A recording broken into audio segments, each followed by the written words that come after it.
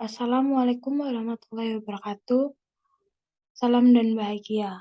Perkenalkan, saya Putri Rahmasari dengan NIM 20208123 yang akan mempresentasikan tugas UTS Deskriptif Manajemen dengan judul Era Deskripsi. Next. Apa sih era deskripsi?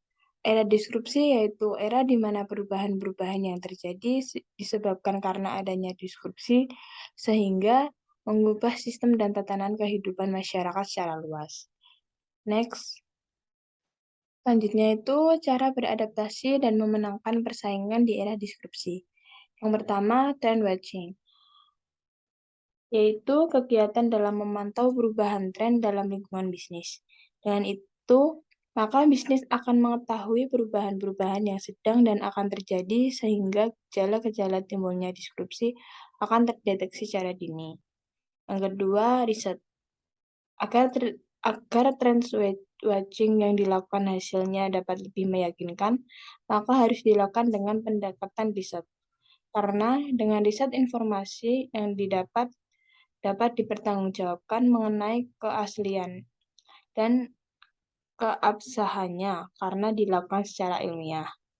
Yang ketiga, risk management, yaitu lingkungan yang terdiskripsi pada dasarnya akan menjadi pemicu dari resiko bisnis. Oleh karena itu, bisnis harus selalu dapat mengelola disrupsi sebagai suatu peril dalam resiko. Dan bisa dikatakan bahwa disrupsi itu harus dikelola. Yang keempat, inovasi, yaitu membuat terobosan-terobosan baru atau penyesuaian pada bisnis yang lama agar lebih sesuai dengan era di mana disrupsi terjadi. Inovasi dapat dilakukan jika peristiwa tersebut sudah terlanjur terjadi dan dapat berhasil pada bisnis yang mau melakukan perubahan.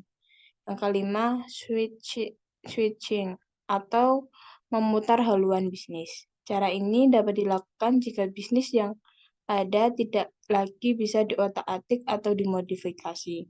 Maka solusinya adalah harus berani putar haluan atau mematikan produk yang sudah dimiliki. Yang keenam, partnership, yaitu melakukan strategi partnership.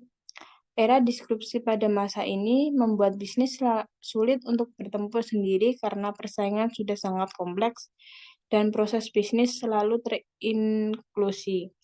Oleh karena itu, solusinya adalah dengan melakukan kolaborasi dan aliansi-aliansi strategi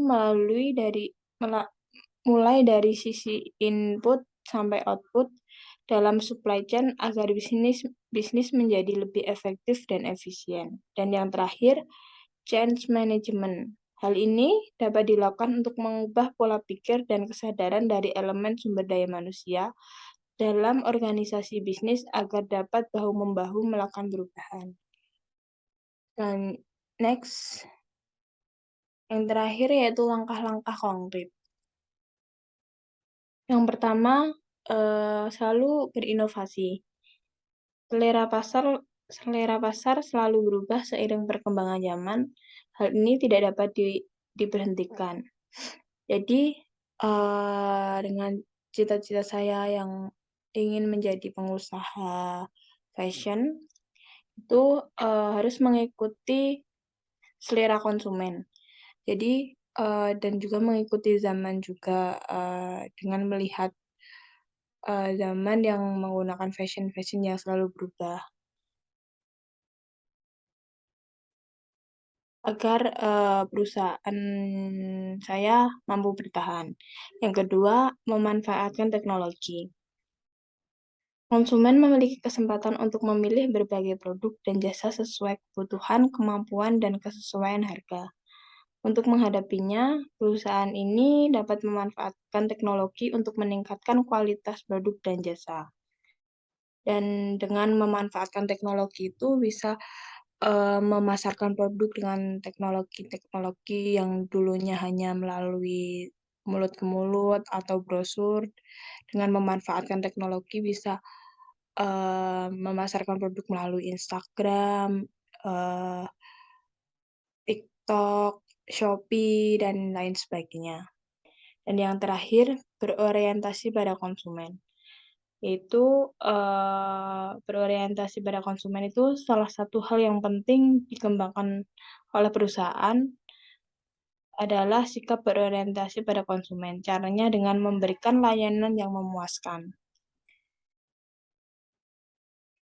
Next.